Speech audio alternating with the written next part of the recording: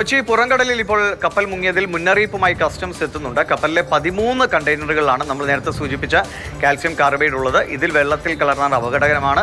കപ്പലിൽ നിന്ന് ഒഴുകി വരുന്ന ചരക്കുകൾ ആരും എടുക്കരുത് എന്ന നിർദ്ദേശം വീണ്ടും ആവർത്തിക്കുകയാണ്. അരുൺ ശങ്കർ വിവരങ്ങളുമായി നമ്മളോടൊപ്പമുണ്ട്. അരുൺ, കസ്റ്റംസിന്റെ ഒരു മീറ്റിംഗ് ഒക്കെ ഉടൻ തന്നെ അടിയന്തര മീറ്റിംഗ് നടക്കുന്നുണ്ട് എന്നുള്ളതാണ് വിവരം. ഏത് തരത്തിലുള്ള മുന്നറിയിപ്പുകളും ജാഗ്രതാ നിർദ്ദേശങ്ങളുമാണ് നൽകിയിട്ടുള്ളത് അധികൃതർ?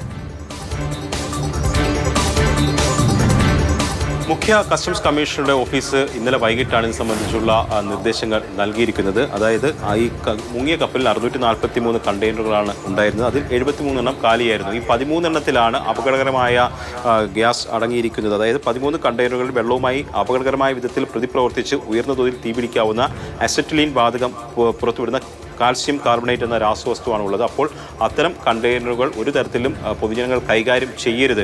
അത്തരം കണ്ടെയ്നറുകളുടെ അടുത്തേക്ക് പോകരുത്. അത്തരം കണ്ടെയ്നറുകൾ കണ്ടു കഴിഞ്ഞാൽ അത് ബന്ധപ്പെട്ടവരെ അറിയിക്കുക എന്നുള്ളതാണ് കസ്റ്റംസ് അറിയിച്ചിരിക്കുന്നത്. അതിനു വേണ്ടിയിട്ട് കൺട്രോൾ റൂം നമ്പരും അവർ പുറത്തുവിട്ടിട്ടുണ്ട്. അതുമാത്രമല്ല, ഇതുണ്ടാക്കുന്ന അപകട അവസ്ഥയ്ക്ക് അപ്പുറത്തേക്ക് ഈ കണ്ടെയ്നറുകൾ കൈകാര്യം ചെയ്യുന്നത് നിയമവിരുദ്ധമാണെന്ന് കൂടി കസ്റ്റംസ് പറയുന്നുണ്ട്. കാരണം ഈ കണ്ടെയ്നറുകളിലെ ചരക്കുകൾക്ക് തീരുവ അടച്ചിട്ടില്ല. അപ്പോൾ അത്തരം കണ്ടെയ്നറുകൾ ആളുകൾ കൈകാര്യം ചെയ്യുകയോ അല്ലെങ്കിൽ അത് എടുത്ത് സൂക്ഷിക്കുകയൊക്കെ ചെയ്തു കഴിഞ്ഞാൽ അത് നിയമവിരുദ്ധമായ പ്രവർത്തനമാണെന്ന് കൂടി കസ്റ്റംസ് പറഞ്ഞു വെക്കുന്നു. അതായത് കണ്ടെയ്നറുകൾ കൈകാര്യം ചെയ്യുന്നത് അപകടം എന്നതിനപ്പുറത്തേക്ക് നിയമവിരുദ്ധ പ്രവർത്തനം കൂടിയാണ്. അതുകൊണ്ട് അങ്ങനെ ഒരു നിർദ്ദേശം വരാൻ സാധ്യത, നമ്മൾ എന്ത് അപകടകരമായ സാഹചര്യം പ്രതിസന്ധി ഉണ്ടാകുമ്പോഴും അതിലൂടെ നേട്ടം കൊയ്യാൻ ശ്രമിക്കുന്ന ആളുകൾ എപ്പോഴും നമ്മുടെ നാട്ടിലുണ്ട്. അതെന്ത് പ്രശ്നം. അപ്പോൾ ഇങ്ങനെ കണ്ടെയ്നറുകളിൽ വരുന്ന സാധനങ്ങളൊക്കെ ശേഖരിക്കാനുള്ള ശ്രമങ്ങൾ ആരെങ്കിലും ഒക്കെ നടത്താനിടയുണ്ട്. അത് പിന്നീട് ഒരുപക്ഷെ വിപണിയിലേക്ക് വരാനുള്ള സാധ്യത അതൊക്കെ മുൻകൂട്ടി കണ്ടാണല്ലേ?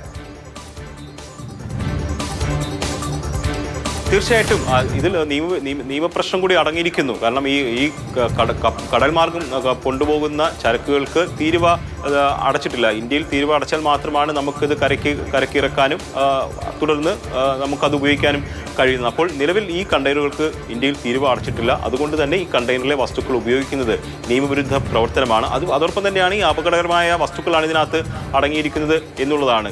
ഇത്തരം മൂലകങ്ങളോ അല്ലെങ്കിൽ ഈ വസ്തുക്കളോ ഒന്നും ഉപയോഗിക്കാനുള്ള പരിചയമൊന്നും സാധാരണപ്പെട്ട ജനങ്ങൾക്കില്ല. അപ്പോൾ അങ്ങനെ ഉപയോഗിച്ചു കഴിഞ്ഞാൽ അത് അപകടം ഉണ്ടാക്കും. അത് മാത്രമല്ല, ഇനി അപകടം ഉണ്ടായില്ലെങ്കിൽ പോലും അത് നിങ്ങളെ നിയമക്കുരുക്കിൽ കൊണ്ടുചെന്ന് എത്തിക്കുമെന്നുള്ള ശക്തമായ മുന്നറിയിപ്പാണ് കസ്റ്റംസ് വിഭാഗം അറിയിക്കുന്നത്. അതുകൊണ്ട് വിവരങ്ങൾ നൽകിയത് ഈ രണ്ട് കാര്യങ്ങളിലും, ഒന്ന് ഇതുണ്ടാക്കുന്ന പ്രശ്നങ്ങൾ, രണ്ടാമത്തേത് നിയമപരമായ കുടുക്കുകൾ. ഇത് രണ്ടും നമ്മൾ ശ്രദ്ധാപൂർവ്വം നോക്കേണ്ടതുണ്ട്.